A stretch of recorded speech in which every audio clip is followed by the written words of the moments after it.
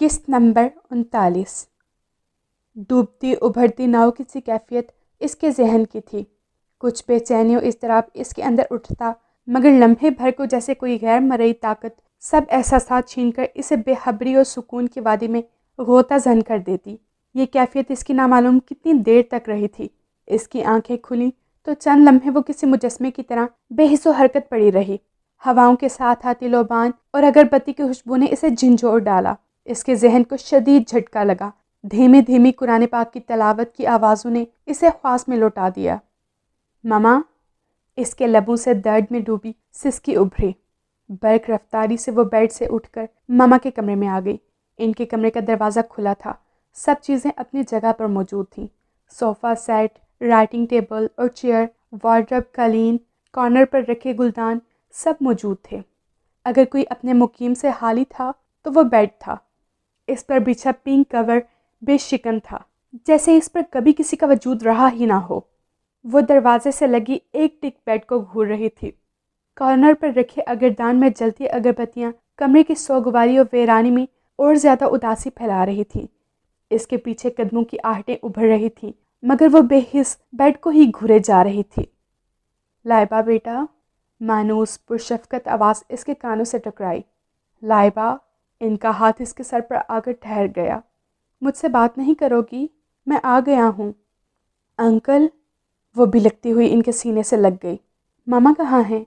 میں آپ کا فون سننے گئی تھی۔ ماما کہاں ہیں؟ میرا دل گھبرا رہا ہے۔ اس کا اندر، اس کا لہجہ، اس کی بکھری کیفیت لمحے بھر کو افتخار صاحب کی آنکھیں بھی نم کر گئی۔ بیٹا، آپ تو بہت بہادر اور حوصلہ مند ہیں، سنبھالیں خود کو۔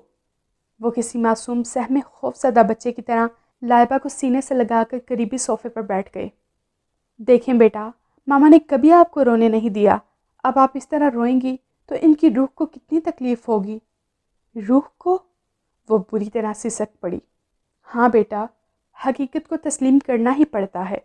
اللہ تعالیٰ اپنے کلام پاک میں فرماتا ہے، ہر جاندار کو ایک دن موت کا ذائقہ چکھنا ہے، اور بیٹا ہم سب کو اس ذائقے کو چکھ کر ابدی نیند سو جانا ہے، قیامت تک کے لیے۔ اوہ، یہ خواب نہیں، حقیقت ہے۔ ماما مجھے چھوڑ گئی ہیں۔ میں یہ سب بھیانک خواب سمجھ رہی تھی۔ کیسے زندہ رہ پاؤں گی؟ ماما کہتی تھیں وہ میری ایک پل کی جدائی برداشت نہیں کر سکتی، اب مجھے اس طرح خاموشی سے جدا کر کے چلی گئیں۔ اس کا لہجہ سوز اور درد میں ڈوبا ہوا تھا۔ زخمی دل کا لہو آنکھوں سے بہہ رہا تھا۔ اب اس نے حقیقت کو سمجھا تھا۔ انکل اسے دلاسے دے رہے تھے، اسے خاموش کرنا چاہ رہے تھے، مگر وہ اس طرح بکھر کر رو رہی تھی جیسے خود کو آنسوں میں بہا دے گی۔ بیٹا، اس طرح مت رو۔ آگے جانے والوں کے لیے سب سے بہترین تحفہ ان کے لیے دعائے مغفرت کرنا، قرآن شریف کا پڑھ کر بخشنا، کلمہ اور درود شریف وغیرہ پڑھ کر ثواب پہنچانا ہے۔ یہ آنسو تو ان کے لیے وہاں آزمائشیں بن جائیں گے۔ ان سے محبت کا بہترین اظہار اس طرح ادا کر سکتی ہو۔ مجھے یقین نہیں آ رہا انکل، میرے اندر یہ کیسی آگ لگی ہے، میں بالکل تنہا ہو گئی ہوں۔ وہ دونوں ہاتھوں میں چہرہ چھپا کر رونے لگی۔ آپ تنہا نہیں ہو گڑیا، ہم سب ہیں تمہارے ساتھ۔ نامانوس گمبھیر آواز اس کے کانوں میں گونجی۔ مضبوط ہاتھ بڑی اپنائیت سے اس کے سر پر رکھا گیا تھا۔ اس نے چونک کر سرخ بھیگی ہوئی آنکھیں اٹھا کر اپنے قریب کھڑے لائٹ سکائی کلر کے شلوار سوٹ میں ملبوس دراز پروکار وجیہہ چہرے والے شخص کو دیکھا۔ اس کے برابر میں وائٹ شلوار سوٹ میں ملبوس دوسرا شخص کھڑا تھا۔ وہ بھی دراز قد اور کافی وجیہہ تھا۔ اس کے سنجیدہ چہرے پر شفیق سی نرمی تھی۔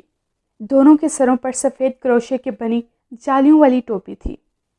انکل، یہ کون ہے؟ وہ آنسو دوپٹے سے صاف کرتے ہوئے تحیر سے بولی۔ اس کے اندر عجیب سی ہلچل مچ گئی تھی۔ یہ چہرے اجنبی تھے، مگر ان سے پھوٹتی خوشبو اس کی روح میں بسی خوشبو تھی، جانی پہچانی، برسوں سے ساتھ رہنے والی۔ یہ انکل نے اضطرابی انداز میں ان دونوں کی طرف نگاہ ڈالی، پھر اس کی طرف دیکھتے ہوئے گمبھیر لہجے میں بولے، یہ آپ کے بھائی ہیں، نبیل روہیل اور ارشد روہیل۔ لمحوں میں برسوں کا فاصلہ طے ہوا تھا۔ اپنائیت، خلوص، کدورت، کبیدگی ایک ساتھ اس کے جذبوں میں ابھری تھی۔ انکل کے انکشاف نے اسے بالکل نئی احساسات و جذبات سے روشناس کرایا تھا۔ اس نے بے یقین نگاہوں سے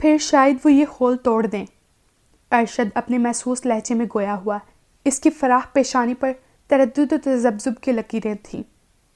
ہاں، بھابھی جان کے لیے خبر دھماکے سے کم نہ ہوگی، اور یہی وجہ ہے کہ روحیل نے لائبہ کو اپنی شفقت و محبت سے دور رکھا اور خود بھی بیٹی کی جدائی محبت میں تڑپتا رہا، صرف بھابھی کی دل آزاری اور دکھ کے خیال سے۔ اللہ کا احسان ہے، روحیل کو اللہ نے اولاد بہت نیک اور ہمدرد و سعادت مند دی ہے، جو آپ لوگ باپ کی محبت کو سمجھتے ہوئے ان کا احساس کر کے بہت کشادہ دلی اور محبت سے یہاں بیٹھے ہیں۔ ڈیڈی کی فطری سادگی اور نفیس و پاکیزہ کریکٹر سے ہم بخوبی واقف ہیں۔ ہمیں مکمل یقین ہے جو کچھ بھی ہوا کسی مجبوری کے تحت ہی ہوا ہوگا، ورنہ ڈیڈی کی محبت و شفقت میں ہم نے کوئی کمی یا تبدیلی محسوس نہیں کی، ماں سوائے بہت خاموش اور تنہائی پسند ہونے کے۔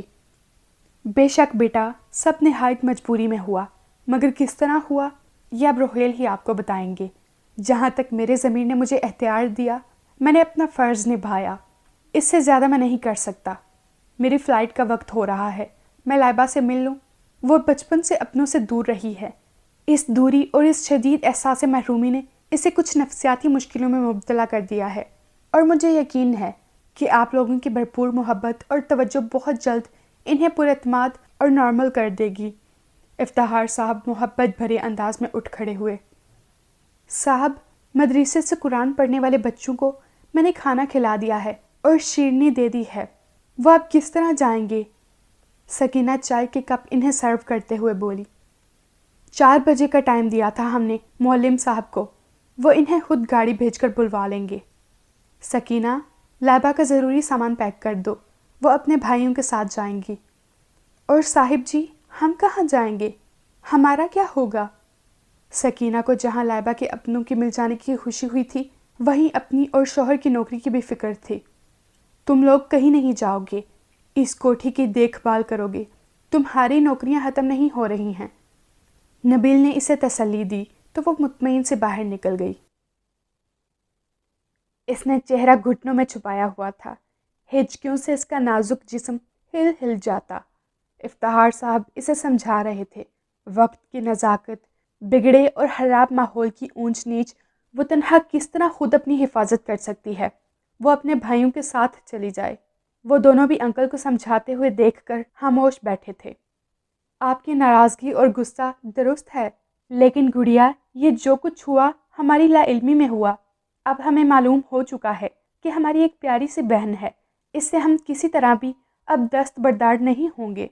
اٹھ جاؤ، اب انکل کو دیر ہو رہی ہے۔ نبیل نرم پرشفقت لہجے میں لائبہ کے قریب بیٹھ کر بولا۔ نہیں ہیں آپ میرے بھائی، کسی سے کوئی رشتہ نہیں ہے میرا، میرے سارے رشتے ماما سے وابستہ ہیں، میں نہیں مانتی ان رشتوں کو، عادی ہو گئی ہوں میں اپنی ذات کی۔ وہ بھی پھر اٹھی۔ لائبہ بیٹا، حقیقت کو اس طرح، انکل پلیز آپ ان سے کہیں یہ چلے جائیں یہاں سے۔ حقیقت کو سمجھنے کی کوشش کرو، اتنی بڑی کوٹھی میں محض ملازموں کے ہمراہ کس طرح رہو گی؟ یہ علاقہ بھی سمندر کی وجہ سے رات کو بے رونق ہو جاتا ہے۔ ارشد اس سے مخاطب ہوا۔ میں ہمیشہ سے ملازموں کے ہمراہ رہتی آئی ہوں، اب بھی رہ لوں گی، وہ ہٹ دھرمی سے بولی۔ نہیں بیٹا، آپ کی سوچ ہے، اب ایسا قطعی ممکن نہیں ہے۔ افتخار صاحب ٹائم دیکھتے ہوئے متفکر لہجے میں کہنے لگے۔ آپ کی فلائٹ مس ہو جائے گی، آپ جائیں۔ ارشد وال کلاک کی جانب دیکھتے ہوئے بولا۔ آپ کی آنٹی کا مسئلہ نہ ہوتا تو میں قطعی نہ جاتا، مگر اس وقت مجبوری ہی کچھ ایسی ہے کہ میں نہ چاہتے ہوئے بھی جانے پر مجبور ہوں۔ آپ کا دکھ میں سمجھ رہا ہوں لائبہ، مگر بیٹا، محبتیں، چاہتیں، پرحلوس رفاقتیں جب بھی ہمارا در کھٹکھٹائیں، ہمیں کشادہ دلی کا ثبوت دیتے ہوئے انہیں خوش آمدید کہنا چاہیے۔ خزاں کے بعد بہار آ کر خزاں کے تمام محرومیوں اور ناآسودگیوں کی تشنگی و تنگ دامنی کا خاتمہ کر دیتی ہے۔ اپنوں سے شکووں شکایتوں کا سلسلہ بھی اپنوں کی محبتوں اور اعتماد ختم کر دے گا۔ افتخار صاحب آنسو بہاتی لائبہ کا سر تھپ تھپا کر بہت ساری نصیحتیں کرنے کے بعد وہاں سے روانہ ہوئے۔ وہ آنسو برساتی نگاہوں سے کھڑکی سے انکل کو دور ہوتے ہوئے دیکھ رہی تھی۔ اس غمناک ماحول میں اسے ان کی شدید ضرورت تھی، جن کی پرحلوس و شفقت بھری ذات اپنی بے غرض محبت سے اس کے رستے زخموں پر اپنے شفقت و پیار کے پھائے رکھتی۔ وہ اپنا المیہ ماما کی جدائی کا دکھ کچھ تو فراموش کر پاتی، مگر آنٹی کے ہسپتال میں ایڈمٹ ہونے کے باعث وہ 2 دن سے زیادہ نہ رک سکتے تھے۔ ڈرائیور کار گیٹ سے نکال کر لے گیا اور وہ ٹوٹی دیوار کی طرح صوفے پر بیٹھ گئی۔ اسے اس وقت اپنی زندگی بے مقصد لگی۔ بی بی جی، سامان پیک کروا کر میں نے کار میں رکھوا دیا ہے، سکینہ وہاں آ کر بولی۔ کون سا سامان؟ اس نے اپنی بھرائی آواز پر بمشکل کنٹرول کیا۔ تم سارے کمرے وغیرہ لاک کرو اور یہاں کی صفائی وغیرہ روز کیا کرنا۔ ارشد کمرے میں آ کر ملازمہ سے مخاطب ہوا، ساتھ اس کے نبیل بھی تھا۔ وہ انکل کو گیٹ تک چھوڑنے گئے تھے۔ میں نے کہا نا، میرا کوئی بھائی وائی نہیں ہے اور اب میں کسی کے ساتھ نہیں جاؤں گی۔ چلے جائیں آپ لوگ یہاں سے، کوئی تعلق نہیں ہے میرا آپ کے ساتھ۔ خون کے رشتے، روح کے تعلق زبان سے کہے گئے جذباتی لفظوں سے نہیں ٹوٹتے سسٹر۔ تمہارا اور ہمارا تعلق بھی اتنا پائیدار اور مضبوط ترین ہے جتنی یہ کائنات ہے۔ ہم اپنی بہن کو اس ویرانے میں تنہا نہیں چھوڑ سکتے، نبیل نرمی سے بولا۔ میں نے کہا نا، مجھے اب کسی بھی رشتے، کسی بھی سہارے کی ضرورت نہیں ہے۔ میں اس گھر کو نہیں چھوڑوں گی جہاں میری ماما کی خوشبوئیں بکھری ہوئی ہوں۔ ان کا چاندنی جیسا وجود مجھے ابھی بھی یہاں محسوس ہوتا ہے۔ یہاں ان کی یادیں ہیں، میں انہیں اپنے قریب محسوس کرتی ہوں، وہ میرے احساسات میں ایسے ہی موجود ہیں۔ آپ لوگ جائیں، خدا کے لیے۔ ہم آپ کو یہاں روز لے آیا کریں گے، جیسے آپ چاہیں گے ویسا ہی ہوگا۔ نہیں نہیں، میں نے کہا نا، میں آپ کے ساتھ نہیں جاؤں گی۔ بھائی، آپ جا کر کار سٹارٹ کریں، میں اسے لے کر آ رہا ہوں۔ ارشد، جو اپنے غسیلی اکھڑ طبیعت پر محض لائبہ کی خاطر برداشت کر رہا تھا، اسے اپنے ضدی فیصلے پر ڈٹے دیکھ کر سنجیدگی سے نبیل سے مخاطب ہوا۔ غصے نہ ہونا ارشد، اپنوں کے ہوتے ہوئے بھی وہ جن محرومیوں اور تنہائیوں کا شکار رہی ہے، ایسے عظیم دکھ میں اس کے جذبات ایسے ہی ہونا چاہیے۔ نبیل ارشد کے چہرے کے تاثرات دیکھ کر اسے سمجھاتے ہوئے بولا، میں سمجھ رہا ہوں بھائی، مگر اب یہ تنہا نہیں رہیں گی۔ جب بھی تو میں پیار سے سمجھا رہا ہوں، اور ابھی تو نامعلوم کتنا نشیب و فراز دیکھیں گے۔ ہمارے خاندان کا یہ پہلا عجیب واقعہ ہے۔ نامعلوم کیا کیا موضوع بنیں گے، اور سب سے زیادہ ممی کو فیس کرنا ہے۔ وہ نامعلوم کیا ری ایکشن لیں۔ ہاں، ابھی ڈیڈی کو بھی یہ خبر دینی ہے کہ ہم ان کے راز سے باخبر ہو گئے ہیں، اور شاید لائبہ کو ہمارے ساتھ دیکھ کر وہ نارمل ہو جائیں گے۔ طبیعت تو ان کی اب قدرے بہتر ہو گئی ہے، اور آپ ممی کی فکر نہ کریں۔ شمیر کو میں اسی لیے گھر چھوڑ آیا ہوں تاکہ وہ اس دوران ممی کو سمجھا کر نارمل کرے۔ اوکے، میں اتنے میں ملازمہ سے چابیاں وغیرہ لیتا ہوں، فالتو چابیاں اسے دے دوں گا، اور دیکھو پلیز اسے پیار سے سمجھا کر لے آنا۔ نبیل کی نکھیوں سے صوفے پر انہیں نظر انداز کیے بیٹھے لائبہ کو دیکھ کر آہستگی سے بولا، چلو لائبہ۔ نبیل کے کمرے سے نکلنے کے بعد وہ اس کے قریب آ کر بولا، میں نے کہا نا، میں نہیں جاؤں گی۔ وہ غصے میں کھڑی ہو گئی، اور میں نے کہا نا، میں تمہیں لے کر جاؤں گا، تنہا نہیں چھوڑوں گا، میں تمہارا بھائی ہوں، چلو ضد ختم کرو۔ اس نے انکار کرتی، روتی مچلتی لائبہ کو گڑیا کی طرح گود میں اٹھایا اور کمرے سے باہر نکل گیا۔ شمیر، آج ہسپتال نہیں گئے بیٹا؟ دوپہر کے کھانے کی تیاری کرتے ہوئے عصمت بیگم خلاف معمول شمیر کو کچن میں داخل ہوتے ہوئے دیکھ کر بولی، نہیں ممی، آج موڈ نہیں بنا۔ آپ تنہا ہیں کچن میں؟ دونوں بھابیاں کہاں غائب ہیں؟ عائشہ کو تو کچھ شاپنگ کرنی تھی، میں نے زینی کو ساتھ بھیج دیا تاکہ اطمینان سے شاپنگ کر لیں۔ دونوں سالن کی ڈشیں صبح ناشتے کے بعد تیار کر دی تھیں، آٹا بھی گوندھ رکھا ہے۔ میں نے سوچا تھکی ہوئی آئیں گی، میں خود ہی پھلکے ڈال لوں، ورنہ آنے کے بعد وہ مجھے کسی کام کو ہاتھ لگانے نہیں دیں گی۔ وہ پھلکوں کے لیے آٹے کے پیڑے بناتے ہوئے مسکرا کر بولی۔ وہ ان کے چہرے پر پھیلے اطمینان و مسرت کے رنگ دیکھ کر تذبذب کا شکار ہو گیا۔ وہ جس راز سے انہیں آشنا کرنے جا رہا تھا، جو بات انہیں سنانا چاہ رہا تھا، اسے سن کر ان کے چہرے پر یہ آسودگی و اطمینان کے رنگ ایسے ہی رہیں گے؟ کیا وہ یہ بات تسلیم کر لیں گی کہ ان کے علاوہ بھی کوئی ہستی ان کے منصب پر فائز رہی ہے؟ ان کے عزیز جان مجازی خدا کا نام کسی اور کے نام کے ساتھ بھی لگا ہے۔ شمیر، کیا ہوا بیٹے؟ اتنے خاموش اور فکر مند کیوں ہو؟ کوئی پرابلم ہے؟ وہ چولہے کی آنچ ہلکی کر کے شش و پنج میں گرفتار شمیر کی جانب دیکھ کر پریشانی سے بولی، نہیں ممی، وہ آپ سے کچھ بات کرنی تھی۔ اسے لفظ ٹکڑوں میں ادا ہوئے۔ ارے، ایسی کون سی خاص باتیں ہیں جنہوں نے میرے اتنے بولڈ اور سمارٹ بیٹے کو بوکھلا کر رکھ دیا ہے؟ کسی لڑکی کی باتیں ہوں گی، وہ شوہی سے مسکرائیں۔ بات تو واقعی لڑکی کی ہے، مگر اس انداز میں نہیں۔ آپ پہلے میری بات سن لیں، پھر پھل کے پکائیے گا۔ شمیر نے آخرکار دو ٹوک بات کرنے کا فیصلہ کر لیا۔ ہاں اب بتاؤ کیا بات ہے جس کی وجہ سے آپ اتنے فکر مند و پریشان ہیں؟ وہ کچن سے نکل کر اپنے کمرے میں آ گئی اور صوفے پر بیٹھنے کے بعد سنجیدگی اور تعجب سے کہنے لگی، وہ ممی، دراصل آپ کو ایک بیٹے کی بہت خواہش ہے نا؟ یہ کیا بات ہوئی؟ ہاں بیٹے کی خواہش تھی کبھی، مگر بہو کی بے لوث محبت اور خدمت نے اس خواہش کو پورا کر دیا ہے۔ بہو ہی میری بیٹیاں ہیں۔ میں مانتا ہوں آپ کی بات، مگر بیٹی جیسا تو کوئی نہیں ہو سکتا۔ یہ بات اپنی جگہ درست ہے، مگر آپ کس لڑکی کی چاہت کی بات کر رہے ہیں؟ ممی، اگر آپ کو ایک پیاری سی بیٹی مل جائے تو؟ شمیر سمجھ نہیں پا رہا تھا کس طرح بات کرے۔ کیا ہو گیا ہے شمیر آپ کو؟ بیٹی مل جائے؟ بیٹیاں کیا بازار میں ملتی ہیں یا درختوں پر لٹکتی ہیں؟ کیا کہنا چاہ رہے ہیں؟ صاف انداز میں بات کریں۔ وہ الجھن میں مبتلا ہو گئیں۔ صاف بات؟ شمیر چند ساتھ بے چین نگاہوں سے ان کی طرف دیکھتا رہا، اپنی پرشور بے ہنگم دھڑکنوں پر قابو پانے میں ناکام رہا۔ اضطرابی کیفیت میں ہونٹ دانتوں سے کچلے۔ ممی، آپ بہت بہادر اور کشادہ دل ہیں۔ ہم نے کبھی زندگی میں آپ کو غصے میں نہیں دیکھا، ہمیشہ نرم دلی، خوش مزاجی اور اعلیٰ اخلاق برتتے دیکھا ہے۔ آپ ہماری آئیڈیل ماں ہیں۔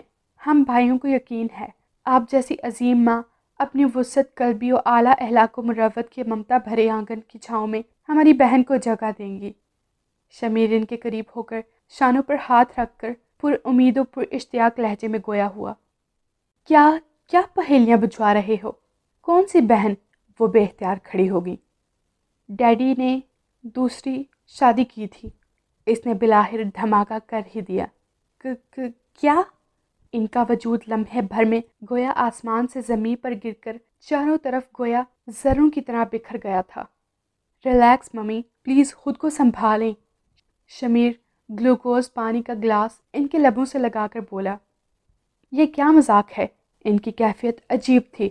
دل میں چھپے سالوں پرانے وہم کو آج زندگی مل گئی تھی، مگر ان کے اندر کی عظمت آج بھی یونیورسٹی کی طالبہ کی طرح کھلنڈری تھی، اور روہیل کے پیار میں ڈوبی عظمیٰ اس بات سے انکاری تھی۔ روہیل اس کا تھا، وہ کسی اور کا نہیں ہو سکتا تھا۔ کالج اور یونیورسٹی کے دور میں ان کی محبت کی دیوانگی نے انہیں لوگوں سے بہت سارے خطابات دلوائے تھے۔ ان کو دل و جان سے چاہنے والا روہیل کبھی بھی محبت تقسیم نہیں کر سکتا۔ وہ اس کا ہے اور اس کا ہی رہے گا۔ یہ ایک محبوبہ کا مان اور یقین تھا جو آج بھی ان کے اندر بیٹھا تھا، مگر بیوی کے منصب پر بیٹھی عظمت بدلے ہوئے روہیل کے گھریز و جذباتی رویے کی بنا پر اس خیال کی تائید کر رہی تھی۔ کچھ حقیقتیں ایسی ہوتی ہیں ماما جو جھوٹ دکھائی دیتی ہیں، شمیر آہستگی سے کہہ اٹھا، مگر وہ جھوٹ نہیں ہوتی، لیکن دل چاہتا ہے وہ جھوٹ ہوں۔ وہموں کی طرح عظمت بیگم کے اندر کی وفا شعار شوہر پرست بیوی کے لیے دھماکہ، یہ صدمہ، یہ دھچکا ناقابل برداشت تھا۔ ان جیسی بیوی کے ہوتے ہوئے بھی شوہر شادی کرے تو وہ بیوی کے لیے سزا بن جاتی ہے جو نہ جینے دیتی ہے اور نہ مرنے۔ کہرام تو ان کے اندر بھی مچ گیا تھا، مگر ان کے اندر کی عورت جو بیوی کے علاوہ ماں بھی تھی، وہ کس طرح اپنے بچوں کے آگے اپنی بے عزتی برداشت کر سکتی تھی؟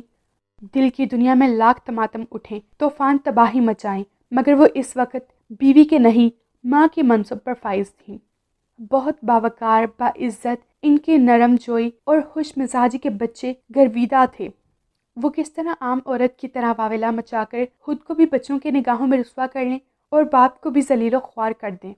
حالانکہ روہیل کی دوسری شادی اور لڑکی کا سن کر ان کے اندر بھی عام عورت کی طرح ہی زبردست نفرت و اشتعال بپھر اٹھا تھا۔ لمحے بھر میں اس دغا باز فریبی شخص کا گریبان پکڑ کر اپنی خطاؤں کا حساب مانگنے کو چاہا تھا، مگر ان کا اعلیٰ منصب، وقار، عزت و شرافت فطرت پر بھاری ہو گئی۔ نفرت و اشتعال کا جذبہ ممتا کے معراج و تقدس کے سامنے دب گیا۔ انہوں نے اپنے روتے سسکتے تڑپتے ماتم کرتے درماندہ آنسو کو اندر ہی بہنے دیا۔ ممی، آپ ٹھیک تو ہیں نا؟ ان کی طویل خاموشی سے گھبرا کر شمیر پوچھنے لگا۔ ہاں، تم فکر مت کرو۔ وہ خود کو اپنے لہجے کو نارمل کرنے کی کوشش میں مصروف تھیں۔ مجھے یقین تھا ممی ہماری بہت عظیم اور سمجھدار ہیں، اس حقیقت کو تسلیم کر لیں گی۔ ہاں، مرد کسی بھی رشتے سے تعلق رکھتا ہو ہمیشہ قربانی اور صبر عورت سے ہی مانگتا ہے۔ آپ کو اس حقیقت کا ادراک کب ہوا؟ وہ صوفے پر بے جان انداز میں بیٹھتے ہوئے بولی۔ فی الحال ڈیڈی بھی اس بات سے واقف نہیں ہیں، مگر ممی، ڈیڈی نے مجبوری میں ہی کیا ہوگا جو کچھ بھی کیا۔ اب ہمیں جو کچھ بھی کرنا ہے اس نارمل انداز میں کرنا ہے کہ ڈیڈی بالکل بھی اس کا اثر نہ لیں اور لائبہ بھی ہمیں یہاں اس گھر کو اجنبی نہ سمجھے۔ شمیر نے افتخار صاحب کے فون اور بے حیالی میں روہیل صاحب کے منہ سے نکلے لفظوں کو سنتے ہوئے ساری گفتگو دہرا دی۔ آپ مجھے پرسوں ہی بتا دیتے تو میں خود جا کر اس بچی کو لے آتی۔ اس شدید دکھ کی گھڑی میں کچھ تو دکھ کم ہوتا اس بچی کا۔ عظمت بیگم کو اپنی آواز اجنبی لگی اس وقت۔ او سو نائس آف یو مما، آپ بہت گریٹ ہیں۔ آپ نے ہمارے سر فخر سے بلند کر دیے ہیں۔ آپ جیسی اثار پسند اور بااخلاق ماں سے ہم یہی توقع رکھتے تھے۔ شدت جذبات سے شمیر نے ان کے دونوں ہاتھ تھام کر آنکھوں سے لگائے۔ روہیل، اٹیچ باتھ کا پردہ سرکا اور روہیل صاحب کا پس مردہ اداس سراپا باتھ روم کا در بند کر کے باہر نکلا۔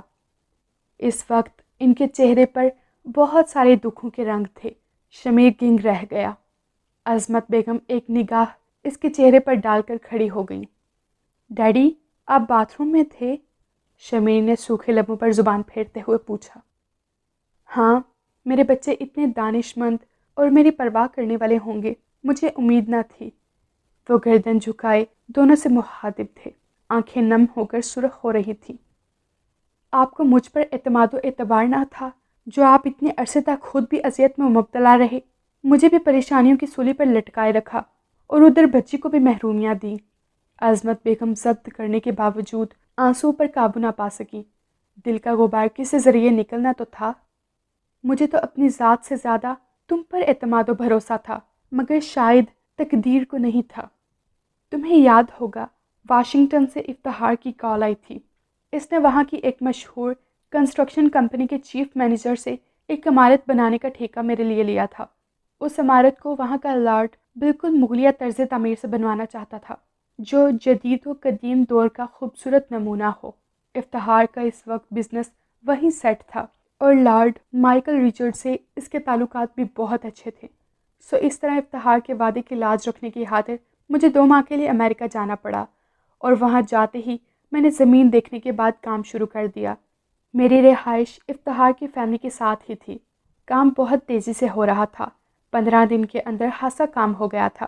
میری کوشش یہی تھی جلد از جلد کام ختم ہو اور گھر روانہ ہو جاؤں۔ روہیل صاحب کی نگاہیں ماضی کے جھروکوں میں جھانک رہی تھی جہاں بیتے دن زندہ جادواں تھے۔